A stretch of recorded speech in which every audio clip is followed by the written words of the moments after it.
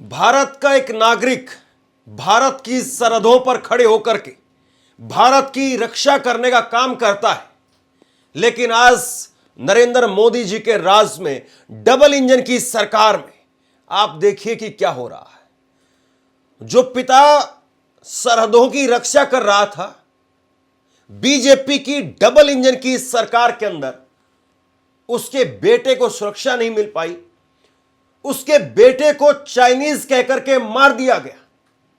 उसका बेटा 17 दिन तक मौत से लड़ाई लड़ता रहा अस्पताल के अंदर और आखिरकार दम तोड़ दिया। और अब मुख्यमंत्री फोन करके उस पिता को कह रहे हैं कि नहीं, मैं एक पिता होने के नाते आपका दुख दर्द समझ सकता हूं। और उस पिता ने जो पलट करके कहा कि वहां पर और भी बहुत सारे बच्चे पढ़ते हैं, जरा उसकी चिंता करिए। मेरा लाल चला गया, मेरे पास तो कुछ नहीं बचा, लेकिन और बहुत सारे बच्चे पढ़ते हैं, जरा उनकी चिंता करिए। मामला उत्तराखंड के देहरादून का है। यहां पर त्रिपुरा के एक 24 साल के लड़के जिसका नाम है एंजल चकमा, उसकी हत्या कर दी गई। उसमें एक आरोपी अभी भी फरार चल रहा है। 5 लोगों ने चाकू से गोद गोद करके उसको मार दिया। उसने अपनी जिंदगी की लड़ाई लड़ते लड़ते दम तोड़ दिया अस्पताल के अंदर। 17 दिन तक वो रहा और आखिरी शब्द उसके ये थे कि मैं इंडियन हूं, मैं भारतीय हूं, मैं चाइनीज नहीं हूं, ये उसने कहा। लेकिन उसके बावजूद उत्तराखंड में, जिसको देवभूमि का नाम दिया जाता है, भाजपा की डबल इंजन की सरकार में उसको यह वातावरण मिला। आप जरा सोचिए उस पिता पर क्या बीत रही होगी। वो पिता जब बंदूक लेकर के सरहद पर खड़ा होगा, देख रहा होगा, सामने की तरफ दुश्मन को निहार रहा होगा, दुश्मन आएगा तो उसको वहीं पर निस्तेनाबूद कर दूंगा, यह विचार करके वो जब खड़ा होगा सरहद के ऊपर, तो उसके दिल में जब आएगा कि मेरी पीठ पीछे मेरे ही देश में एक डबल इंजन की भाजपा की सरकार के अंदर मेरे बेटे को मार दिया गया, उस पिता पर क्या बीतती होगी। जरा सोचिए तो सही, कल्पना कीजिए जरा। और देहरादून एक ऐसा शहर, या देहरादून के ऐसे कई सारे स्कूल जहां पर नामी ग्रामी लोग वहां जाकर के पढ़े हैं। देहरादून के अंदर बहुत सारे राजनेता, देहरादून में उनकी पढ़ाई हुई है। वो कोई ऐसा शहर नहीं है कि वहां पर कुछ भी हो जाए तो कोई फर्क नहीं पड़ता है, या वहां पर कुछ भी हो जाए तो शायद अचानक से हो गया होगा, या वहां पर कुछ भी हो जाए तो इसका मतलब यह है कि हां कोई गलती हो गई होगी। नहीं साहब, राहुल गांधी की, ज्योतिरादित्य सिंधिया की, बहुत सारे लोगों की पढ़ाई जो है वो देहरादून के अंदर हुई है।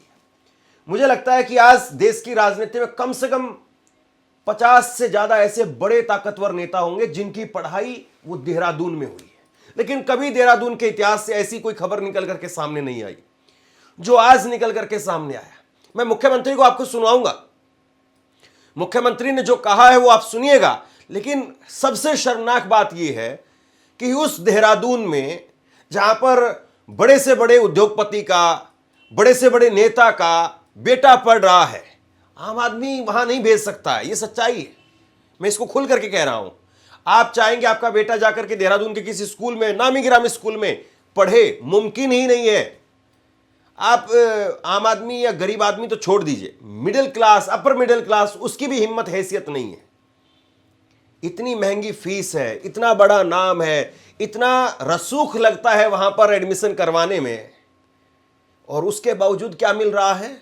मौत मिल रही है, मौत मिल रही है, मौत। क्या कसूर था इसका? 24 साल के एंजल चकमा का कसूर क्या था? इसके पिता बीएसएफ में, और इसके पिता जो कह रहे हैं वो सुन लीजिए। और अगर आप एक पिता का दिल अपने दिल में महसूस कर सकते हैं, उस पिता का दिल, उसका दर्द वो अपने दिल में अगर महसूस कर सकते हैं तो जरा महसूस करिए। उस पिता ने कहा, तरुण प्रसाद चकमा, उसने कहा कि मेरा बच्चा चला गया, ऐसा किसी और के साथ में नहीं होना चाहिए, हम बहुत दुखी हैं, हमारी बस यही गुजारिश है कि कोई और बच्चा इस तरह से नहीं मरे, मुझे इंसाफ चाहिए। अगर मेरा बच्चा जिंदा होता तो मैं आरोपियों को माफ कर देता, लेकिन अब उन सभी को मौत की सजा मिलनी चाहिए। मुख्यमंत्री जी, आप जो बात कह रहे हैं ना, थोड़ा सा बस धैर्य रखिए, मैं आपको वो बात सुनवा रहा हूं, लेकिन मुझे लगता है उस पूरी कहानी को, उस पूरी पीड़ा को समझना बहुत जरूरी है। अगर आप में हिम्मत है ना, सबसे बड़ी बात तो यह है कि 17 दिन जब वो लड़ाई लड़ चुका है, मर गया उस लड़ाई को लड़ते लड़ते, आप सभी आरोपियों को गिरफ्तार नहीं कर पाए। और ये मैं नहीं कह रहा हूं, मुख्यमंत्री ने खुद अपनी नाकामी स्वीकार की है कि अभी एक लड़का जो कि नेपाल का बताया जा रहा है, 5 लड़कों को गिरफ्तार कर लिया गया है जो आरोपी हैं, हत्या के आरोपी हैं। एक लड़का वो फरार है साहब, उसको अभी तक पुष्कर सिंह धामी की भाजपा की डबल इंजन की सरकार गिरफ्तार नहीं कर पाई है।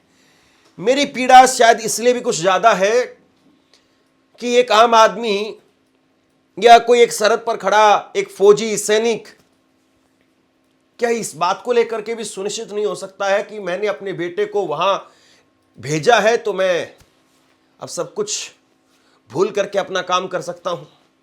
जरा सोचिए आप कि वहां अपना बेटा भेज दिया है, पैसे लगाए, सब कुछ किया, और उसके बाद में मैं अपना काम नहीं कर सकता हूं। चिंता मुझे अभी भी है, मेरे बेटे के साथ कुछ ना हो जाए कहीं, मुझे अभी भी चिंता इस बात की।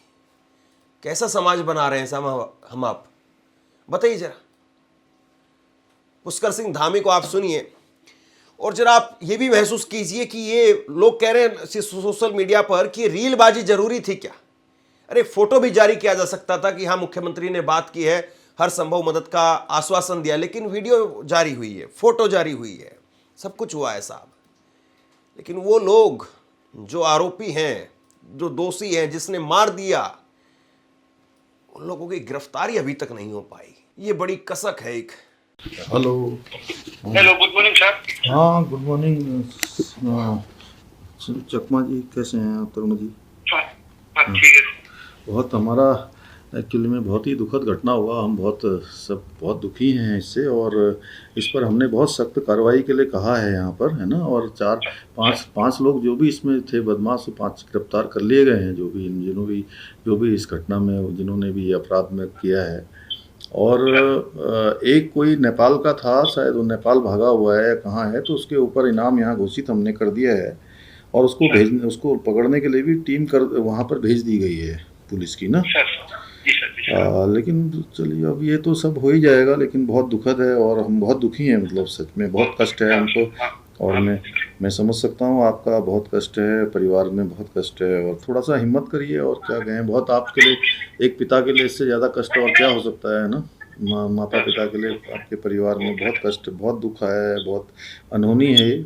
हम भगवान से यही प्रार्थना करेंगे, और इन जो भी लोग इसके दोषी हैं उनको हम लोग कड़ी से कड़ी सज़ा दिलाएंगे। यहाँ मैंने उनसे भी बात किया था, हमारे जो मुख्यमंत्री जी हैं डॉक्टर मानिक शाह जी से भी परसों मेरा बात हुआ था, उनका भी फ़ोन आया था, और माननीय गृह मंत्री जी का, रक्षा मंत्री जी, सभी लोगों ने बात किया है मुझे, है ना। तो हम लोग बात कर रहे हैं इसमें, तो हम इसमें पूरी कार्रवाई करवाएंगे। आप बिल्कुल, मतलब इस बात के लिए तो कोई आपको नहीं करना, जो भी कठोर से कठोर कार्रवाई होगी वो होगी, और हम लोग पूरे परिवार के साथ हैं, हर तरीके से आपके साथ हैं इससे दुख की घड़ी में, हर तरीके से, है ना। सर मेरा एक ही विनती है सर।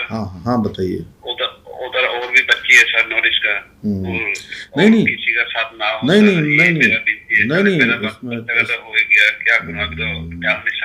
नहीं तरुण जी, ऐसा यहाँ पर कोई भी माहौल नहीं है, और हम लोग इस पर जो है खुद भी, यहाँ पर मैं खुद भी देखूंगा, इस तरीके का यहाँ पर कुछ नहीं होता। यहाँ पर तो बहुत पूरे देश भर के बच्चे हैं, मतलब मुझे लगता है कि कई लाखों बच्चे बाहर के आते हैं यहाँ पढ़ने के लिए, सभी जगह के ना, और हर जगह का अच्छा इंस्टीट्यूशन यहाँ पर है, सब कुछ है। और ये जो है ये दुर्भाग्यपूर्ण है बहुत यार, हम लोगों के लिए भी बड़ा कष्ट है, बहुत कष्ट है ना। और सच में बहुत कष्ट है, मतलब मैं समझ सकता हूँ, क्योंकि बच्चों का इस प्रकार से होना और एक माता पिता के लिए क्या कष्ट होता है, मैं इसको महसूस कर रहा हूँ आपका।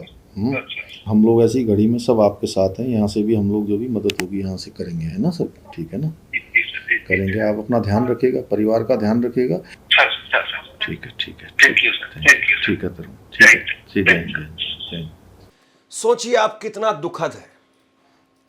बीजेपी की सरकार आएगी, सुरक्षा की गारंटी है, वरना घुसपैठी आ जाएंगे, ममता बनर्जी घुसपैठियों को घुसाना चाहती है, फलां सरकार ये चाहती है, फलां ये चाहते हैं, ये कह करके बीजेपी वोट मांगती है।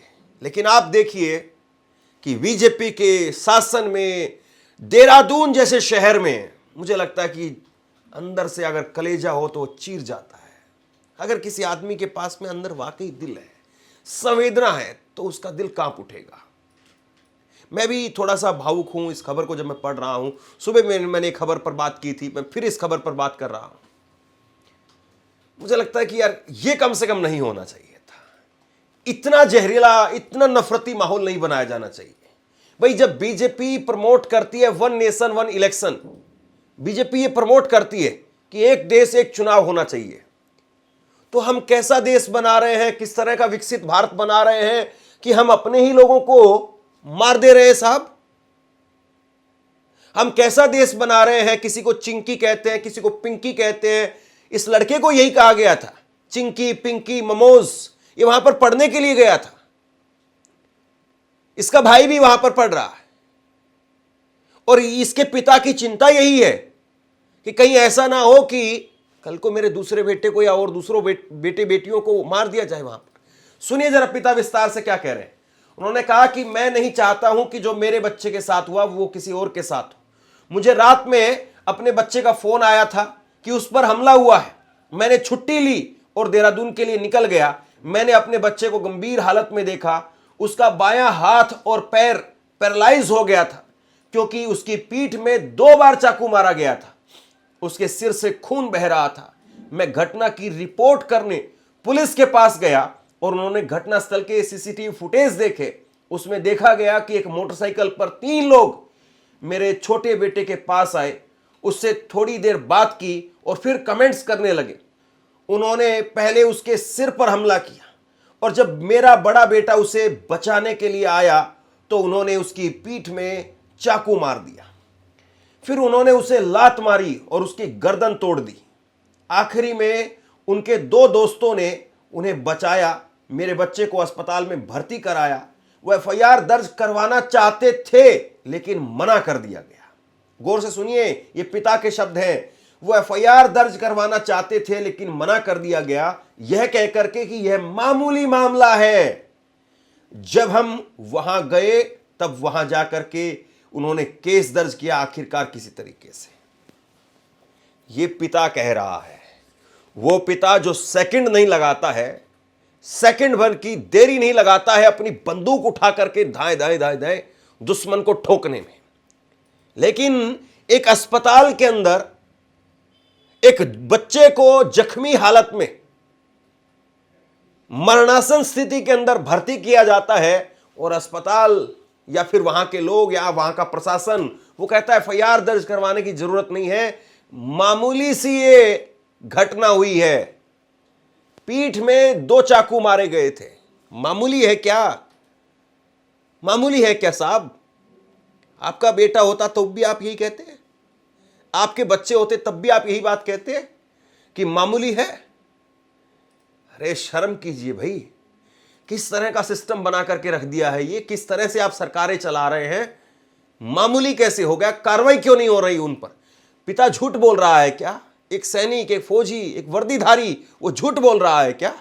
ये कांग्रेसी है? ये लेफ्ट पार्टी वाला है? कौन है ये? पिता है एक जो सरहद पर है, छुट्टी लेकर के गया, भागा भागा दौड़ा दौड़ा, मिन्नत की होगी अपने अफसर से कि साहब मेरे बेटे पर ऐसे से हमला हो गया है।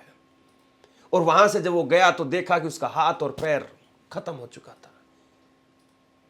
अब ये पिता तो अपने छाती में सब्र का मुक्का मार करके शायद बैठा हुआ होगा कि चलो दूसरे को छोड़ दिया, दोनों को मार देते तो मैं क्या कर लेता। दोनों बच्चों को वहां पर पढ़ने भेजा था और दोनों बच्चों की अच्छी खासी फीस होगी।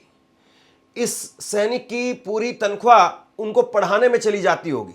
यकीन मानिए आप साहब, वहां पर बहुत महंगी पढ़ाई है। 40-40, 50-50 हजार रुपए महीने की तनख्वाह है, वहां पर फीस जाती है। और ये कह रहा है कि मेरे बेटे को एफआईआर तक दर्ज नहीं की गई।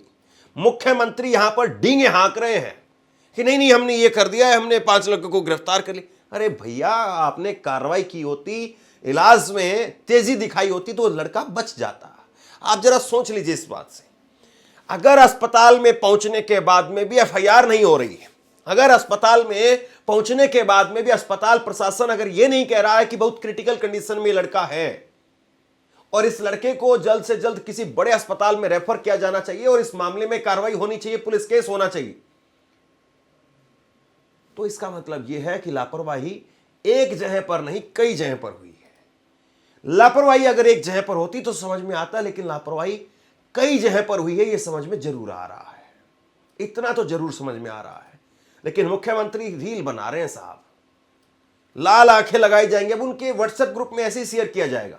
सबसे मजेदार बात यह है, मैं पोस्टर देख रहा था, एबीवीपी के संगठन के लोग इस मामले के अंदर विरोध कर रहे हैं, जस्टिस की मांग कर रहे हैं। किससे जस्टिस मांग रहे हैं आप? एबीवीपी के लोगों से मैं पूछना चाहता हूं, किससे जस्टिस मांग रहे हैं? दोषी कौन है इस मामले के अंदर? बताइए जरा, दोषी कौन है? वहां पर सरकार, सिस्टम, प्रशासन, शासन किसके हाथ में है? एक इतनी बड़ी घटना हो गई, 17 दिन तक वो लड़का जिंदगी और मौत की लड़ाई लड़ता रहा, अब जाकर के रील बनी। जब उसका बेटा मर गया तब जाकर के रील बनी। 17 दिन, और ये खबर हमारे पास भी नहीं है, हमें भी ये खबर तब मिली है जब वो मर गया। और अगर सोचिए, अगर वो मरता नहीं और इसी तरीके से पैरालाइज कंडीशन में अगर वो रहता, तब भी मरे बराबर था वो। किसी का एक 24 साल का नौजवान लड़का अगर इस हालत में हो जाए तो फिर क्या बचता है उसके शरीर में, और क्या बचता है सामने वाले के पास में? कुछ नहीं बचता है साहब, खत्म। कितनी नाकामी है, कितना निकम्मापन है ये, और किस तरह का सिस्टम बना दिया है। वन नेशन वन इलेक्शन की बात करते हैं बीजेपी, लेकिन कभी ये नहीं कहते कि भैया हमारा जो देश है, हमारा जो नेशन है, उस नेशन में अलग अलग सभ्यताएं हैं, अलग अलग तरह के लोग हैं, अलग अलग कल्चर है। यहां पर चिंकी पिंकी जिनको कह करके आप चिढ़ाते हो, वो भी उतने ही बड़े भारतीय हैं जितने बड़े तुम हो। तुम कोई 30 मार्का अलग से पैदा नहीं हुए हो, तुमको इस धरती ने कोई अलग से अपना सीना फाड़ करके पैदा नहीं किया है। वो भी उतने ही बड़े भारतीय जितने तुम हो, तुम्हारी भी वही औकात है जितनी उनकी है। तुम कोई अलग से आसमान से नहीं आए हो। यह बात बीजेपी क्यों नहीं समझाती है? यह बात बीजेपी क्यों नहीं कहती है? कभी मुसलमान के नाम पर, कभी क्रिश्चियन के नाम पर, कभी चाइनीज के नाम पर, कभी पाकिस्तानी, कभी खालिस्तानी। कितने समय तक लोगों को आप टारगेट करेंगे? एक कोई घटना होती है तो समझ में आता है कि हां, शायद हो सकता है कि इसके पीछे कोई अलग सी परिस्थितियां रही होंगी, लेकिन आप कड़ी से कड़ी जोड़ करके देखिए साहब, आपके पैरों के नीचे की जमीन खिसक जाएगी। कड़ी से कड़ी आप जोड़ेंगे तो आपको पता चल जाएगा हकीकत क्या है, किस तरह का देश समाज हमने बना दिया है, किस तरह की स्थिति पैदा कर दी है, लोगों के अंदर कैसा जहर भर दिया गया है, लोग किस तरह के जाहिल बनते जा रहे हैं। और यहां चाल चरित्र, चेहरा, संस्कार, अनुशासन, शासन, और एक तरीके से कहें तो ना खाऊंगा ना खाने दूंगा, सुरक्षा की गारंटी, मजबूत हाथों में देश है, 56 इंच की छाती है। कितनी लाइनें मैं बोलूं, कितने तमगे दिए जाते हैं। बीजेपी की सरकार अपने आप को ही तमगा देती है साहब। और हो क्या रहा है? हो ये रहा है। इतना शर्मनाक ये वाकया है, इतना शर्मनाक है कि इसके बारे में जितना कहा जाए उतना कम है। लेकिन जिनको शर्म आनी चाहिए, जिनको एक्शन लेना चाहिए, इस्तीफे नहीं होते हैं इस सरकार में। और एक मौत पर कहां इस्तीफा होगा? जहां पहलगाम का हमला हो गया, 25-26 लोग उसमें मारे गए, कोई वहां पर इस्तीफा नहीं हुआ, कोई इस्तीफा नहीं हुआ। वहां पर दिल्ली में हमला हो गया, वहां पर लोग मारे गए, दर्जनों लोग मारे गए, वहां इस्तीफा नहीं हुआ। इस एक आदमी पर, इस एक लड़के पर मैं ये कहूं कि इस्तीफा होना चाहिए, ये तो बहुत मूर्खता वाली बात हो जाएगी। बहरहाल पिता ने बहुत कुछ कह दिया। उसने सिर्फ इतना ही कहा है कि मेरे साथ तो जो हो गया मैंने देख लिया, लेकिन बाकी लोगों के साथ नहीं होना चाहिए। इसी लाइन में सब कुछ है। अब भी क्या बीजेपी की सरकार आंखें खोलेंगी? बहुत बड़ा सवाल है। शेयर कीजिए इस खबर को, और आप क्या सोचते हैं नीचे कमेंट बॉक्स में लिख करके जरूर बताइए। धन्यवाद। आपसे कुछ कहना चाहता हूं। आज के वक्त में पत्रकारिता करना कितना मुश्किल काम है, लेकिन अगर ऐसे में भी कोई आपकी खबर दिखा रहा है, कोई आपके मुद्दे पर बात कर रहा है, तो आपको भी उसका साथ देना चाहिए। अगर आपको लगता है कि मेरी पत्रकारिता सही है, मैं आपके लिए आपकी खबर वो दिखा रहा हूं, तो ऐसे में आप मेरा सहयोग कीजिए। आप इस वीडियो को जब लाइक करेंगे तो लाइक के साथ में ही एक थैंक्स का बटन आपको दिखाई देगा। उस थैंक्स के बटन पर आप क्लिक कीजिए और जो भी सहयोग राशि दे सकते हैं वो दीजिए। दूसरा, आप चैनल को ज्वाइन कर सकते हैं और चैनल को ज्वाइन करके भी मुझे मदद कर सकते हैं।